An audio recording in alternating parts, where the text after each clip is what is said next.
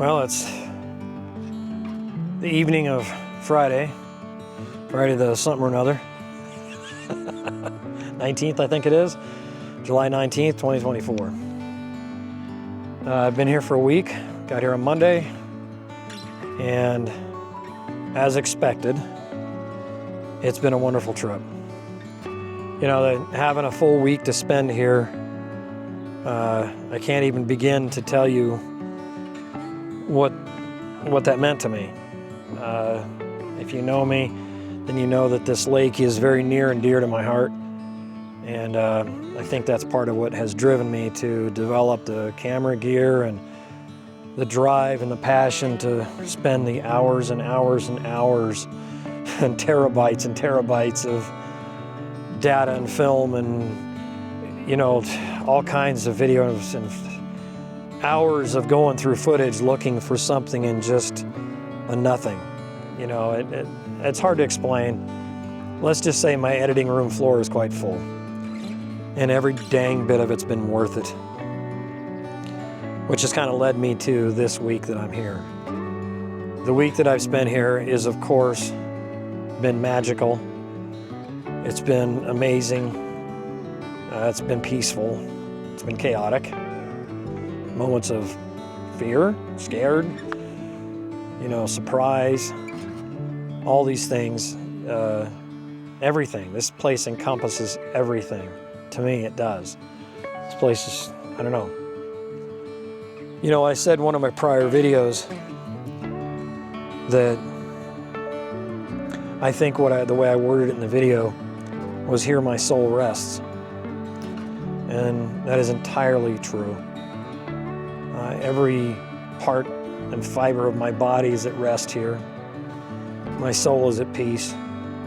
And yet I'm driven 10 times harder here than most anything else. And I don't know if it's the drive to discover, the drive to experience, the drive to document, the drive to share.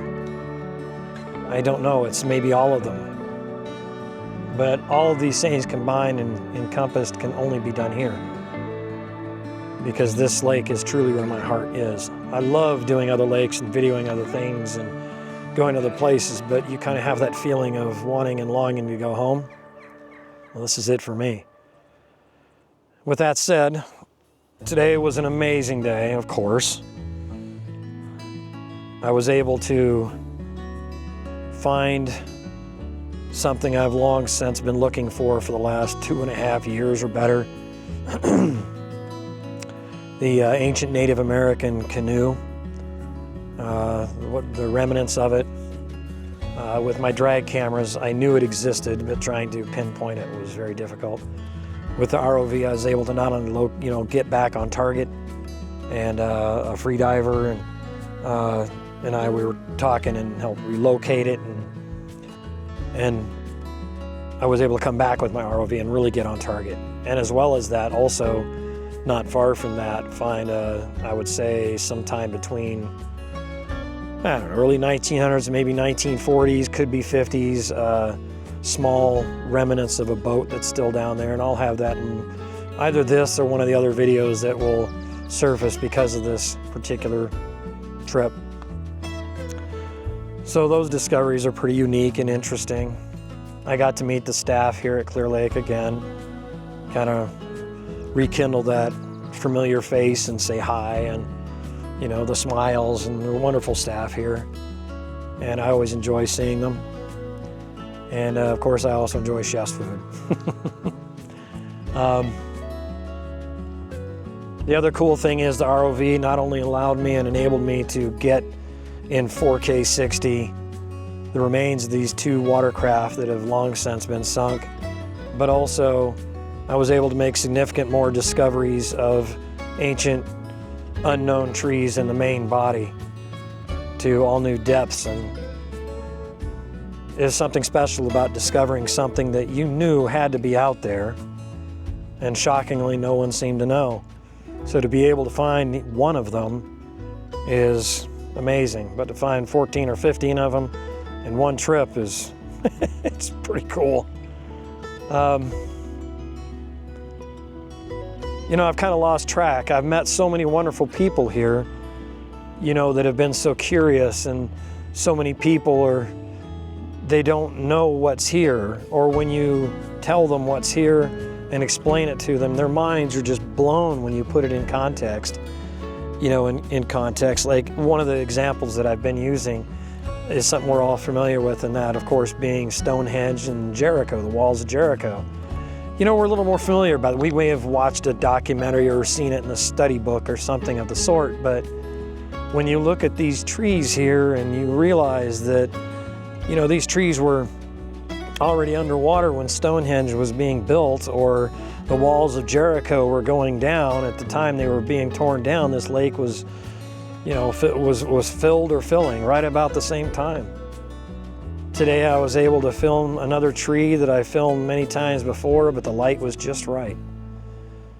And I went by it and was able to find an ancient woodpecker's house inside one of these ancient trees, knowing full well that that woodpecker died of old age or whatever the case is, long before this lake ever filled, long before Stonehenge existed. Think about that for a minute.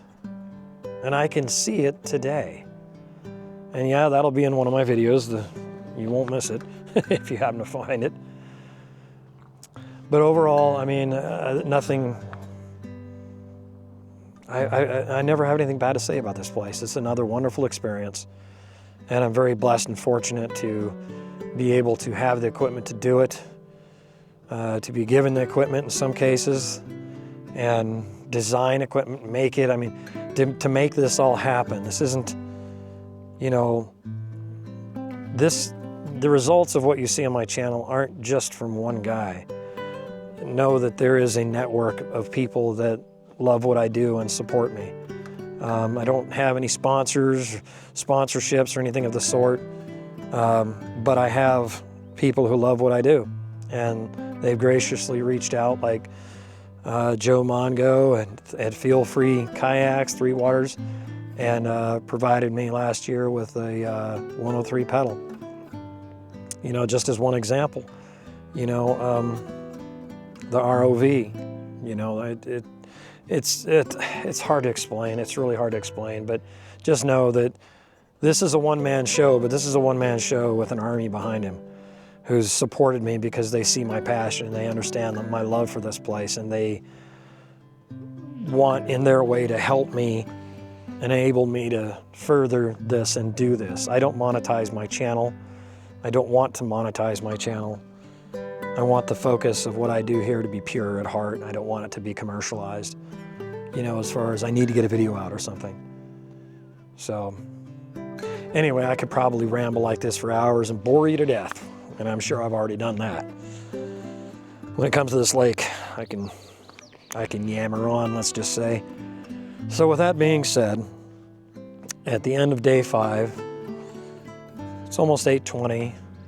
The sun is setting, the birds are coming out, ospreys are flying, the eagles are doing loops, the water is glass, the rowboats are clanking. I can hear people in their camps. It's peaceful, it's surreal, and it's serene. I hate the thought of leaving here, but I've got to get back to real life and leave my fantasy life behind. So with that being said, this is Dana Price at Amber Dog Productions. Experience nature. We'll see you on the next one.